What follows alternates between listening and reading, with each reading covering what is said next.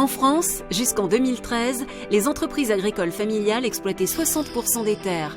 Aujourd'hui, on est tombé à 40%. Et vous savez pourquoi ? Demandez-lui. Lui, on l'appelle Robert, mais son nom, c'est Robert Lévesque. C'est THE spécialiste des questions foncières en France et en Europe. D'ailleurs, c'est un membre éminent de l'Association européenne des institutions d'aménagement rural. On sort d'une période où l'exploitation agricole familiale était la référence. Aujourd'hui, on voit un phénomène émergent avec la constitution de très grosses exploitations où le capital est détenu par un propriétaire, bien évidemment. Ça peut être des fonds de pension, ça peut être des sociétés financières. C'est le plus souvent encore des capitaux d'origine agricole. Mais on a donc un propriétaire du capital social qui va prendre un gérant et ce gérant va organiser le travail avec des salariés temporaires ou non, et éventuellement en ayant recours à des entreprises de travaux agricoles. C'est donc une nouvelle organisation, mais sur le terrain, comment ça se traduit ?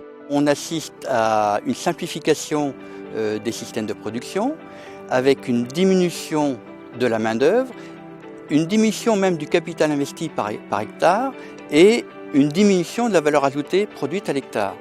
Donc ces grandes exploitations contribuent d'une certaine manière à la désertification humaine de certains territoires ruraux. Ça ok, c'est la situation ici en France, mais on a coutume de dire que l'herbe est toujours plus verte ailleurs. Alors qu'avez-vous observé au niveau européen ? Entre 1990 et 2010, le nombre d'exploitations agricoles est passé de 8 millions à 5 millions. On a perdu 3 millions d'exploitations agricoles.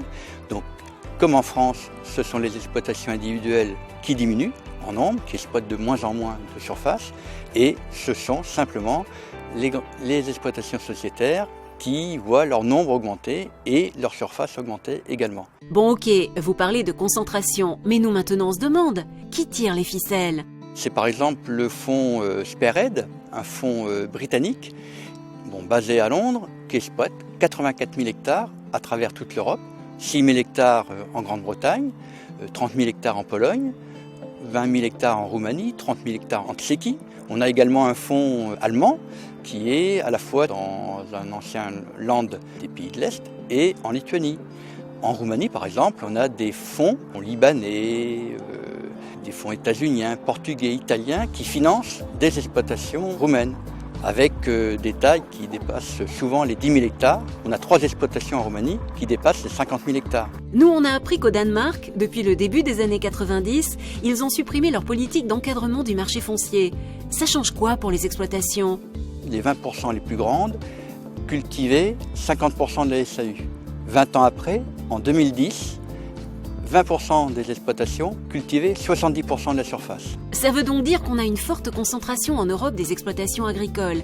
Et si on compare avec la France ? Les 20% d'exploitations les plus grandes exploitaient 60% des terres en 1990 et 63% en 2010. Donc on a bien une inégalité qui croît, mais beaucoup moins vite qu'au Danemark, où la politique des structures a été supprimée. Ah d'accord, alors on s'en sort plutôt pas mal en France. À travers l'Europe, on note que la France a une politique des structures bien particulière, notamment grâce au statut du fermage qui protège le fermier par rapport aux bailleurs.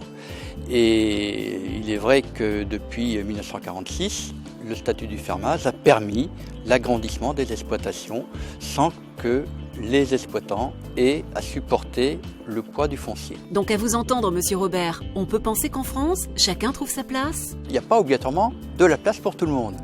Donc si on veut qu'il y ait de la place pour tout le monde, eh bien il faut faire un contrôle du marché foncier, il faut contrôler le marché des terres, ça on le fait avec la SAFER, il faut contrôler le marché des locations et il faudra contrôler le marché des parts sociales.